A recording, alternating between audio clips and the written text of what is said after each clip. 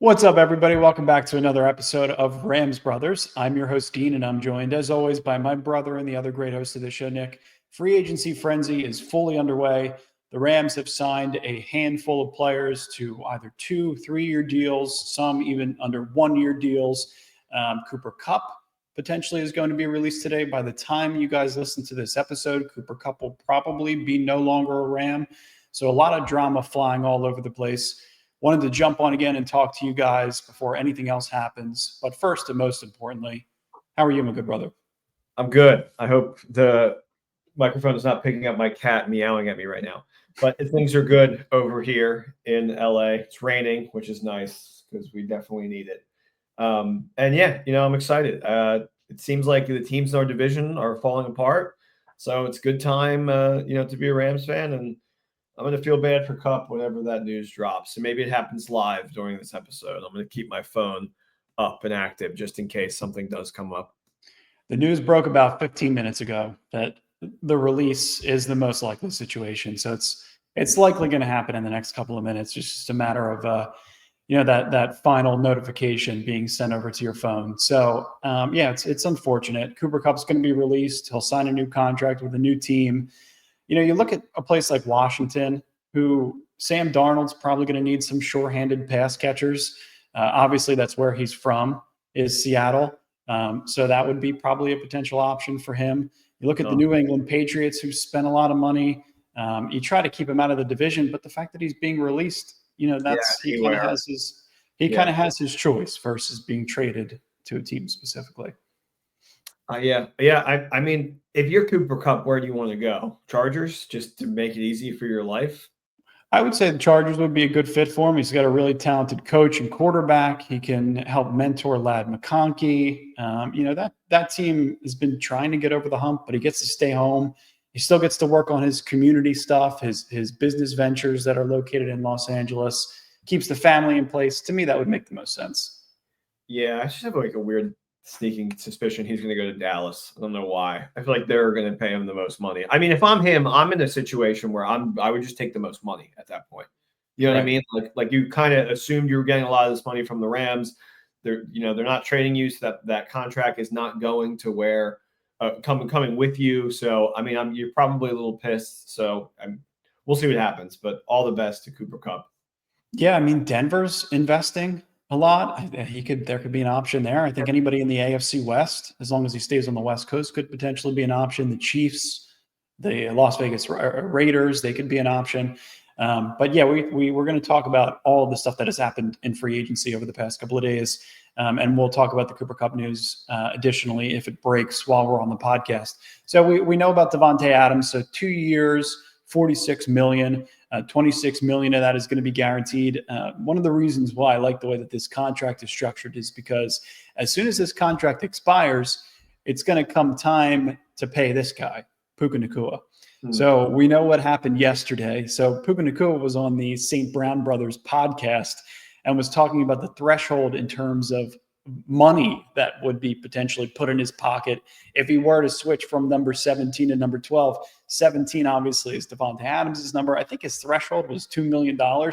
So Puka probably pocketed some good money in that regard. And we know that Davante has a lot of these sponsorship agreements with Taco Bell and stuff like that. So Puka was probably like, just give me some of that Taco Bell money and you can have $2 million in a cheesy gordita crunch and throw in a Doritos Locos taco as well. It's easiest $2 million he could have made. It sucks for me. I have a brand new Puka Nacua jersey, 17, that is rendered almost useless now. I also have a 17 Woods jersey that I taped over and put Mayfield on. So I might just do the same thing this year and just do tape over the tape and just have Adams. So it's numbers. It's not important. I think the Rams might even shadow drop like a throwback jersey this year anyway. So that could be something for people to look into and like buy something new and fun. You get the new Davante Adams jersey with the new potential theming that they have behind it. Yeah, I mean, Cooper Kupp, when he changed from 18 to 10, their career progression and trajectory just shot straight up in the air. And you're hoping for the same thing from Puka Nacua. He also mentioned on that St. Brown Brothers podcast that he broke up with his girlfriend and he just wants to win a Super Bowl, and he's not in the market to get married right now. So the dude is all business. Yeah, he's all business right now. So he gets an extra $2 million in his pocket. He changes his number. Hopefully, he's on his way to a triple crown in the Super Bowl. But you just mentioned the jersey change potentially, and the reason why I think that this is going to be a topic is because the Rams like to drop subtle hints in graphics. And you saw it yesterday with the blue and white logo and layout that they had focused on when they released the amount of draft picks that they're going to have for this upcoming draft. So you looked at that third round pick. I think it was the 101 pick is the compensatory pick that they were just awarded. And I believe that's affiliated with Raheem Morris. There could be a couple of additional picks in round 6, I think affiliated with the Bears. So just something to kind of keep an eye on. I think that blue and white uniform would be extremely sharp. And that's an influx of jersey sales, and Kevin Demoff is then crowned by the fan base who's been begging him to release a new jersey. Yeah, I just like that. I know that if they release a new one, it's going to be just plain Colts white and blue, which I think is the least exciting thing that you can really do. I get it. You know what I mean? Like bring it all the way back to the past. We're going to have to wait 50 years for them to do the St. Louis blue and gold. It's the only way. They have to be like the super mega throwback in like the year 2090. Yeah. I don't know if that'll ever happen. But we'll see. You never know what can happen. So also you got Jimmy G agreed to a 1-year deal. So $4.5 million with a $9 million incentive. I don't know if those incentives are tied to the playoffs. I don't know if they're tied to the Super Bowl. I think the details that are to come about Jimmy Garoppolo's incentives are still very much TBD. So we'll get some details on the Jimmy G incentives. But it's good to have him back as a backup. Obviously, Stetson Bennett is still on the roster. But the game that Jimmy G played when he was asked to play against Seattle, I thought was pretty solid. And Nick, as you mentioned in the last podcast, the Jimmy G that we saw in Vegas is not the same Jimmy G that operates under Sean McVay and Mike LaFleur's offense. So good sign to get him back. One that's not going to be too bad in terms of the salary cap hit. So Poona Ford was the other big time signing that happened that I think a lot of Rams fans were really excited about. I wanted to show the side-by-side comparison between Poona Ford's run defense grade and then Bobby Brown's run defense grade. I will say Bobby Brown was a great Ram. And I think that, only being 24 years old, some of his best football is still very much out ahead of him. But in terms of an overall grade, in terms of a 2-year window, how they're currently structuring the salary cap and some of the contracts that they're giving out right now, a run defense grade of 78.8 was good for 7th amongst all defensive tackles, and that's 219 that were graded. So that's via PFF. Bobby Brown's was 27th overall, was 67.7. Also, there was 130 more snap counts that Poona Ford was on the field for against the run. And his pressures were even more impressive. He had 23 versus Bobby Brown having 3. So the Rams, Chris Shula, Gift Smith, we're talking about how they're going to try to get more out of him as a pass rusher. I think that's probably the best way to do it. But his average depth of tackle was only 1.8 yards, meaning that he's making plays at the line of scrimmage. He's making plays within a 2-yard vicinity. So you want somebody that can play gap and a half, somebody that's going to be better against the run based on what you saw against Philadelphia and Saquon Barkley. Yeah. I mean, getting him up in the front is going to be crucial. The Chargers have done a really good job last year, like taking the hardball mindset of we're going to be, stout on defense and we're going to run the ball. And Ford was a huge part of that, defensive identity. So to bring him on, I think it's just going to be really fun. And just, you're adding to the young defense. I mean, he's 29, so he's definitely not like, as young as the other guys, but at the same time, under 30, which is now young. As somebody who is 30, it feels like under 30 is young. And how about I think you're going to like this one. How about this for a potential nickname for Poona Ford? The Great Mighty Pooh conquers Bad Fur Day. I don't know if he's going to like that. I definitely like it. I figured you would. And I figured that there are some other fans of Conquer's Bad Fur Day that may agree that would be a pretty fun nickname for us fans. The Great Mighty Poona. Yeah. Great Mighty Poona. Yeah. Why not? I think that would be a fun one. I left that graphic as a surprise because I knew that would get a good reaction out of Nick once I I shared was it. not ready for that. I loved it. I got you. And then the next one we talked about Tutu Atwell in the last episode. 1 year, $10 million deal. That deal hasn't officially hit the books yet. So if you're looking at over the cap, Tutu Atwell is not included within that overall salary cap number yet. I'll share that in a second. Don't Yeah, understand. Alaric Jackson. Yeah, we know Alaric Jackson is going to be back protecting Matthew Stafford's blind side. Another ad that was made was Coleman Shelton. So they brought back Coleman Shelton, I think, as depth. I don't think that they're going to be, there's going to be a realistic competition in terms of Bo Limmer as the starter up front.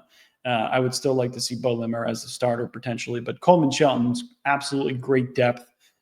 He was pretty impressive in his time in Los Angeles. You still have Mike Munchak. You still have Ryan Wendell. We're going to be coaching the offensive line. So I think to be able to bring back some familiarity and continue to beef up the interior offensive line. In case of Steve Avila goes out, in case of Kevin Dotson goes out, you got a plug-and-play player who's familiar with the system. Yeah, Shelton kind of looks like one of those JD Vance memes as well. You know what I'm talking about? Where they edited his face on everything. Kind of looks like Shelton in that meme. That might be the funniest meme trend of all time. Yeah, big fan of that. It's up there. And then, so you talked about this before we jumped into the list of free agents. So we know that the San Francisco 49ers are essentially being purged. All of their big-time free agents are essentially out the window at this point. But, some of those are aging, older veterans. They're trying to start fresh. They're trying to rebuild the salary cap. But one of the news one of the pieces of news that broke yesterday, I think that took Rams fans by surprise, potentially. Maybe not in terms of like this player coming back and signing with the Rams, but the team that he decided to sign with. Demarcus Robinson signed a 2-year, $9.5 million deal, kept him in the NFC West with the 49ers. Robinson had 505 yards and 7 touchdowns last season for the Rams. I love this comment that Cameron made at Cameron N. Cole. He was talking to the 49ers and said, please sign Joe Noteboom next, because that would be, something that's pretty funny in terms of like players that have previously played with the Rams. You talk about like the Leonard Floyds who just got released, SJD, Akella Witherspoon, Trey Tomlinson. This has happened now a couple of different times. Yeah, the DeMarcus move to the Niners just feels funny. Just like they're just taking an addition from our team, but then losing multiple members of their, of their team. That it feels like the Super Bowl window is like completely gone. It's completely shut. Like you finally have to pay Brock, and you're losing all these guys that you're not going to be able to afford anymore. And then you bring in Demarcus Robinson, who was like, solid for us, like the good role player, but he's probably going to get suspended for like the start of the season. So it's like you're not even getting him, right away. So it's just feels like they don't really know what they're doing. I think, to me, it feels like they now have to completely reset. And I wonder if like with the 4th place schedule, if they finish under 500 this season, if this is the last we see of Shanahan on the 49ers. And I feel like he is a good coach, and where he goes next, I'm sure he'll be great there. But it just feels like you may need to just completely just pull the trigger, like switch the lever and like move on from where you were. Because that's what Seattle did finally. They finally moved off of Geno and DK, who were like the last Pete Carroll guys. And now they are fully in their new regime. They took down all the old banners they said last year, and they brought in McDonald's. So I think that's likely where we're going to see the Niners go, as opposed to. But I mean, it's the Niners, so I still feel always like, they're like the Walking Dead. I just feel like they're always relevant somehow. Yeah, they're still minus 110 to win the division, which is a little bit scary. But you still got to pay Brock Purdy. It's got to be the schedule. Yeah, I mean, it's pretty crazy. It's a good coach. Obviously a quality franchise, haven't won in 30 years, but still. And yeah, they still got really good role players there. Yeah, they still do. They do.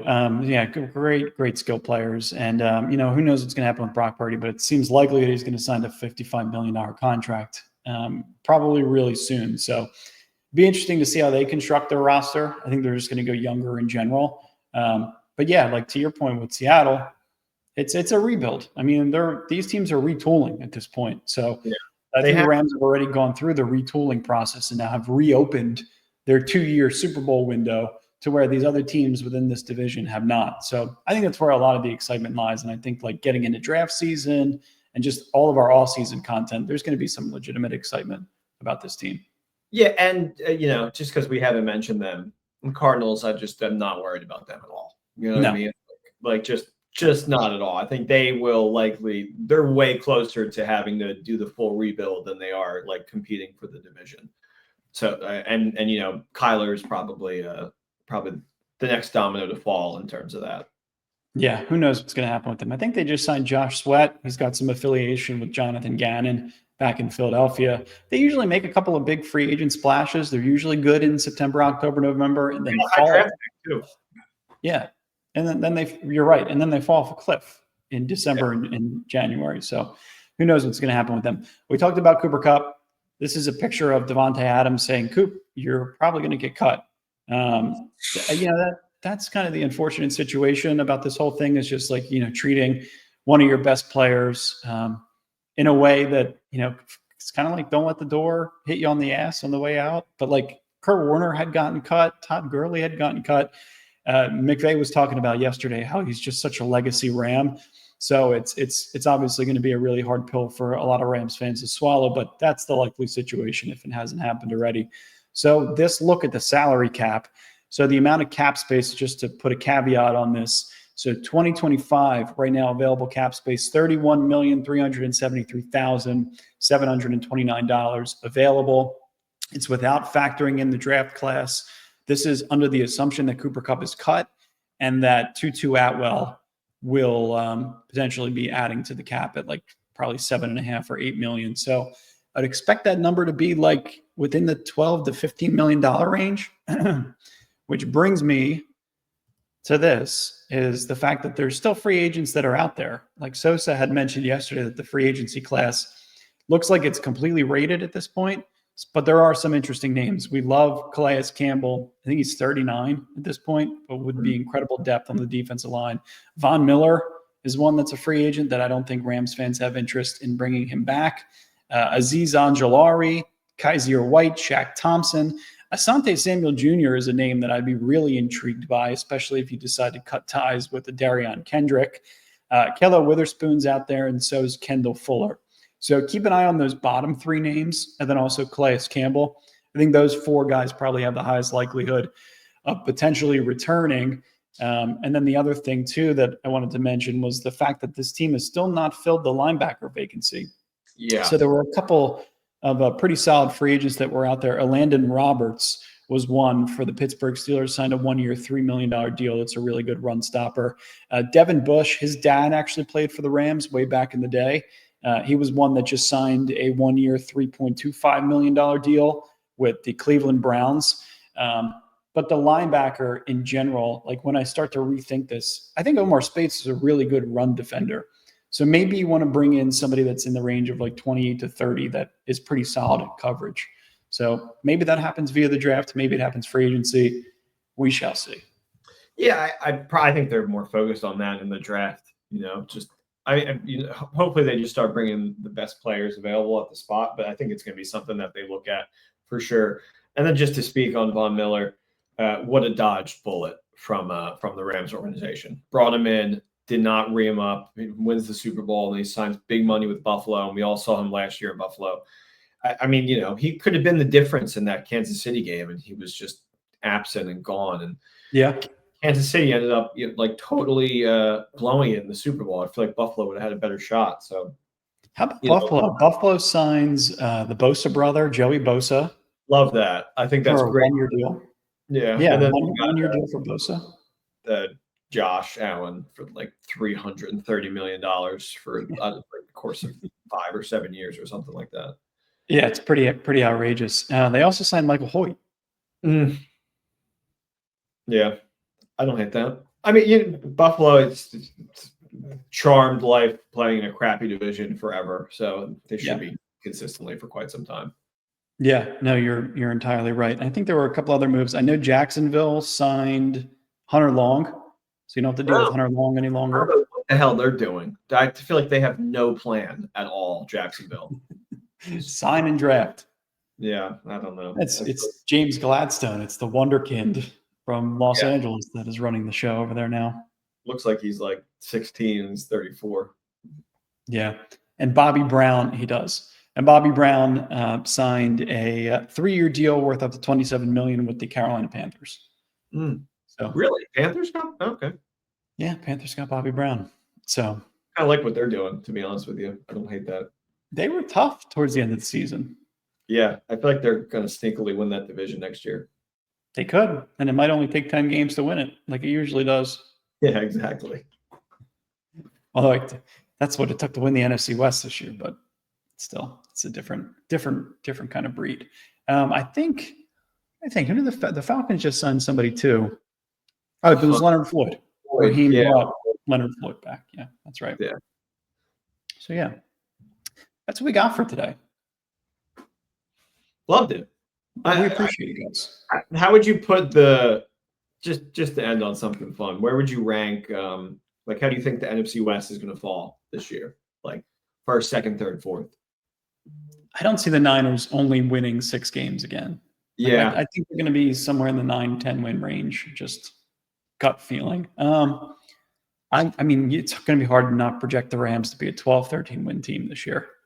So yeah, Rams, Niners, and then I would go Rams, Niners, Cardinals, Seahawks. Yes, I don't know what the Seahawks are doing. I hated that Sam Darnold. I mean, I loved it as a Rams fan, but if I'm if I'm a Seattle fan, you trade away Geno, and then you move kind of sideways, kind of downward at quarterback. It's just for a 3rd round pick. It just doesn't make sense. And you pay him all that money. I don't know.